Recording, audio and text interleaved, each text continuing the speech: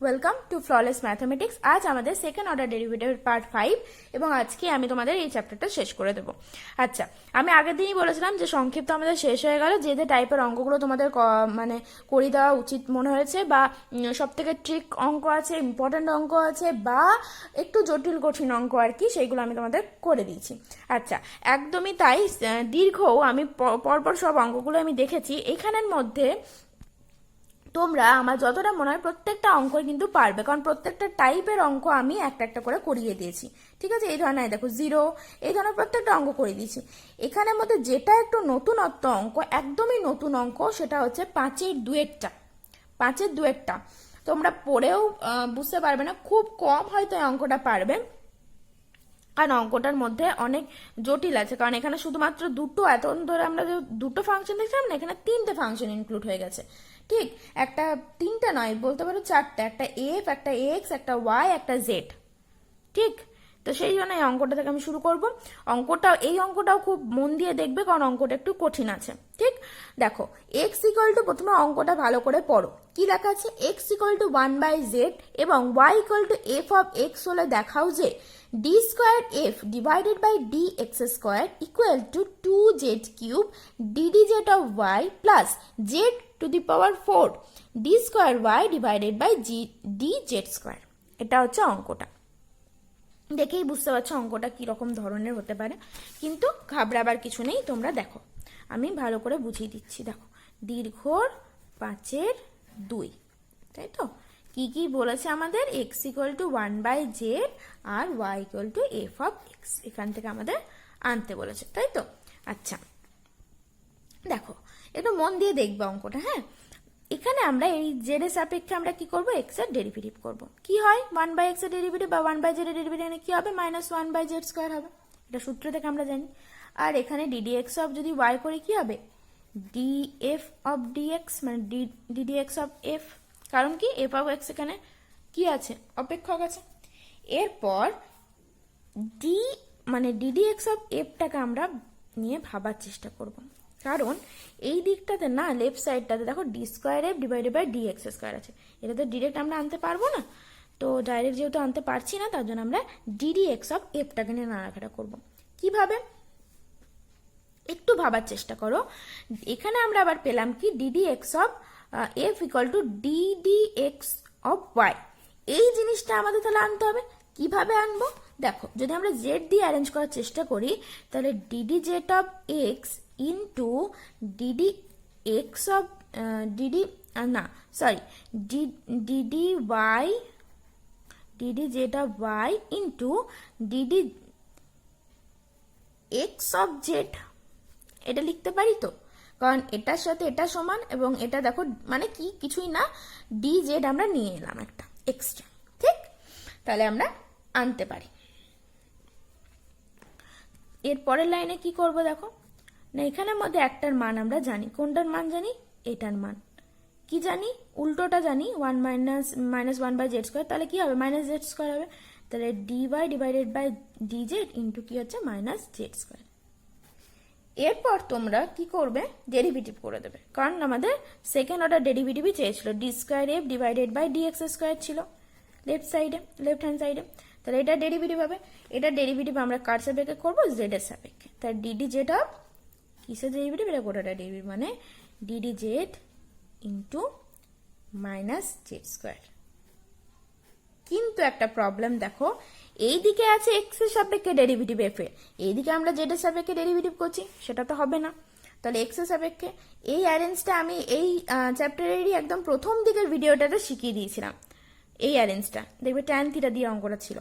তো তাহলে ডিজেড এখানে আমরা অ্যারেঞ্জ করে নিয়েছি, সাথে সাথে এটা ডেরিভেটিভটা আমরা করে দেবো। কিভাবে?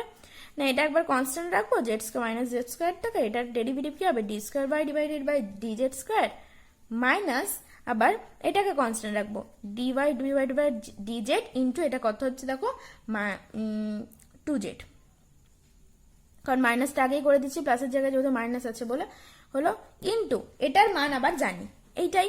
তাহলে কত? -z²। এখানে ছিল d d z of x dx ছিল, আর এখানে ডিডি এক্স অফ জেড আছে। তাহলে উল্টা দিলাম, দেখো চলে এসছে, প্রায় চলে এসছে আমাদের। দেখো square f divided by d x square. এইটাই গুণ করে দাও, দেখো মাইনাস জেড স্কোয়ার দিয়ে গুণ করো, দেখো মাইনাস মাইনাসে plus z to the power 4 d square y divided by d z square, আবার মাইনাসে মাইনাসে plus 2z cube dy divided by dz। দেখো প্রমাণ হয়ে গেল, প্রুভড। বুঝতে পারলে অঙ্কটা? একটু অ্যারেঞ্জমেন্ট আছে অঙ্কটা, যে মানে কষতে মানে করাতে কঠিন আছে তা নয়, শুধু মান বসানো, কিন্তু একটু অ্যারেঞ্জমেন্ট আছে। এই জায়গাটা একবার অ্যারেঞ্জমেন্ট আছে, আবার এই জায়গাটা একবার অ্যারেঞ্জমেন্ট আছে, একটু অ্যারেঞ্জমেন্ট আছে, আর কিচ্ছু নেই অঙ্কটাতে। ঠিক আছে, এই ধরনের অঙ্ক তার আগেরটা তার থেকে সহজ আছে, তো এটা তোমরা পেরে যাবে আশা করছি। এটা যদি আমি বোঝাতে পেরেছি ভালো করে। তার পরের অঙ্কতে আমি চলে যাবো, পরের পাতার অঙ্কতে। আচ্ছা, এই অঙ্কটা তো, এই অঙ্কটা ইম্পর্টেন্ট। আচ্ছা, এই অঙ্কটার জন্য আমি তোমাদেরকে এই চ্যাপ্টারের আরও অঙ্কগুলো আমি দেখে নিচ্ছি, তারপর আমি তোমাদেরকে দেখিয়ে দিচ্ছি। এই অঙ্কগুলো না তোমরা, যেগুলো আমার কভার আপ হচ্ছে না বা দুটো বাকি রাখছে, একটা এই অঙ্কটা একটা এই অঙ্কটা, বাকিগুলো আমার করানোর মধ্যে কভার আপ হয়ে যাচ্ছে, এই দুটো অঙ্ক আমি তোমাদেরকে দেখিয়ে দিচ্ছি। উদাহরণে আছে তার জন্য আমি করাচ্ছি না। আর এদিকে 14 অঙ্কটা দেখো, সেম অঙ্ক আমি করালাম, শুধু y2 ইন জিরোতে বার করতে পারছি, জিরোটা বসিয়ে দিলে হবে। আচ্ছা, এই অঙ্কটা আমি কি করিয়ে দেবো, এই অঙ্কটাও সহজ, কিন্তু তোমার করার মাঝে একটু ট্রিক আছে। আচ্ছা, অঙ্কটা আমি করিয়ে দিই। দেখো কত অঙ্কটা বলো তো, 13 অঙ্কটা না। অঙ্কটা পড়ে নেব, কি আছে না, x into root under 1 plus y plus y into root under 1 plus x আছে, ঠিক, ইকুয়াল টু 0 হলে দেখাও যে দুটো প্রমাণ করতে বলেছে, একটা d d x of y equal to -1 by 1 plus x square, আর একটা দিয়েছে d square y divided by d x square equal to 2 by 1 plus x square whole cube. এইটা নিয়ে চলে এলে তারপরেরটাতে এটা খুবই ইজি, কিন্তু এইটা আনার সময় একটু ট্রিক আছে, তার জন্য অঙ্কটা আমি করাচ্ছি না, তো এটা দেখতে খুবই সহজ অঙ্কটা। আচ্ছা দেখো, এরকম হয় অঙ্কগুলো দেখতে সহজ হয়, কিন্তু ভেতরে এমন থাকবে না মানে এই অঙ্কর ওইটাই একটা ঝামেলা। পেনটা চলছে না কেন ভালো করে। আচ্ছা, plus y into root under 1 plus x square equal to 0। আচ্ছা, এরপর তোমরা অঙ্কটা দেখেই হয়তো কি করতে চাইবে না, এটার ওপর ডেরিভেটিভ করতে শুরু করে দেবে, কিন্তু না, এখানে একটু মানে প্রবলেম আছে, সেটা হচ্ছে ওয়াইটাকে আমাদের বার করতে হবে। ওয়াইটাকে আমাদের বার করতে হবে, কিভাবে বার করব না, দেখো প্রথমে আমরা কি করব, এইটাকে ওইদিকে নিয়ে যাব, মানে 1 plus x into 1 plus y equal to minus y into root under 1 plus x.